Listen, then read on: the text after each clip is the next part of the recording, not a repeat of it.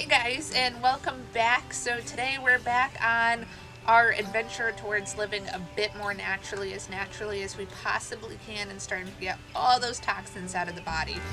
Now, one thing that I've always tried to do over the past is deodorant. A lot of you may already know. If you don't know, deodorant can actually be very harmful, especially if you're using anti-perspirants. The amount of aluminum that's in there, the way that it clogs up your pores, stops you from sweating. Not only does it add toxins to your body, but it actually, by stopping yourself from sweating, you're not allowing your body to release the toxins that it needs to through your sweat. And no matter how naturally we become, nobody wants to stink. You don't want to go to the store and smell. We all try not to do that if we can. Not a big deal if you do. A lot of us try not to. So I've tried all different natural deodorants and things, different things that people were saying to try, and just nothing was really working all that well, especially when you're out in the heat all day, you're farming, you're working in fields, whatever it is that you do. And my biggest problem with deodorant is one thing that I'm realizing is I want to stop putting things on my skin that you cannot ingest. Because if you look at the facts, your skin is the biggest organ in the body.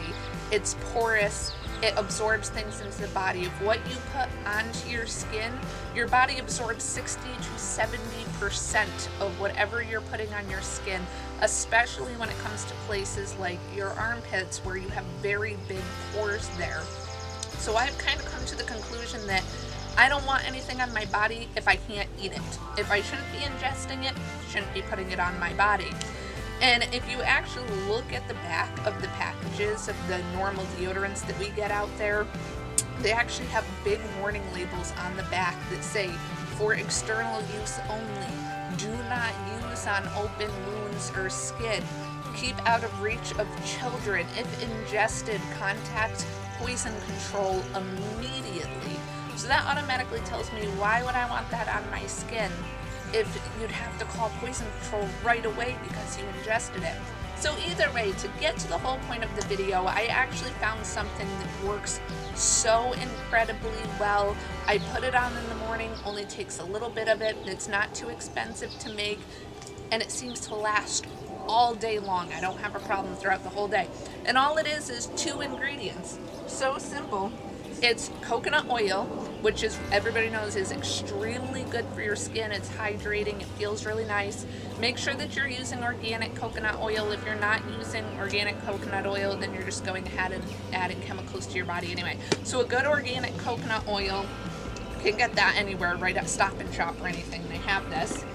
And then you're going to mix it with equal parts of baking soda. It's so simple. You just mix the baking soda right into it. The only time that I've had a problem with this, especially for ladies, is if you just shaved, if you have a little bit of razor burn.